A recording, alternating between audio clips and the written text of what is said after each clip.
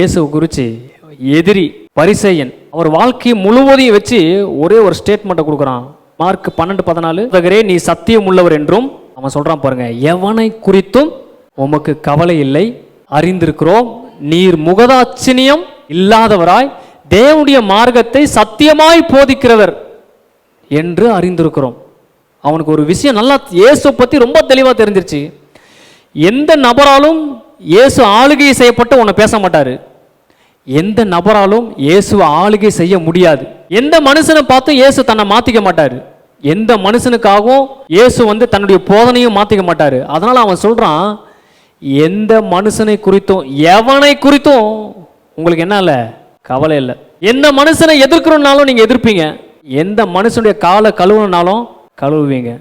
ஏன்னா இயேசுவுக்கு மனிதர்களை யாரை கொண்டு பார்த்தாருன்னா பிதாவுடைய சித்தத்தை கொண்டு மனுஷனுங்களை பார்க்கிறாரு. அதனால யூதாஸ் காரியத்தோட காலை கழுவும் பொழுது அவருக்கு பிரச்சனை வரல. மோசே யூதாஸ் காரியத்தோட காலை கழுவிந்தானா என்ன நடந்திருக்கும் நினைச்சு பாருங்க. அந்த காலை வெட்டி தனியா வச்சிருப்பான், இன்னும் கொஞ்ச நேரத்தில் நீ இயேசு காமிச்சு கொடுக்க போறேன்னு. அதனால இயேசு பிதாவுடைய சித்தத்தை பார்த்ததுனால ஜனங்களுடைய ஆளுகைக்கு ரொம்ப தூரமா இருந்தாரு. எந்த ஜனங்கனாலும் இயேசுவை மூவ் பண்ணவே முடியல. ஆனால் சிலுவையில் அடிக்கிறாங்க, அவரை போட்டு வாதிக்கிறாங்க. பிதாவே இவர்களை மன்னின்னு ஏன் சொன்னார்னா பிதாவுடைய சித்தம் இவங்களை மன்னிக்கிறதுன்னு இவருக்கு நல்லா தெரியுது.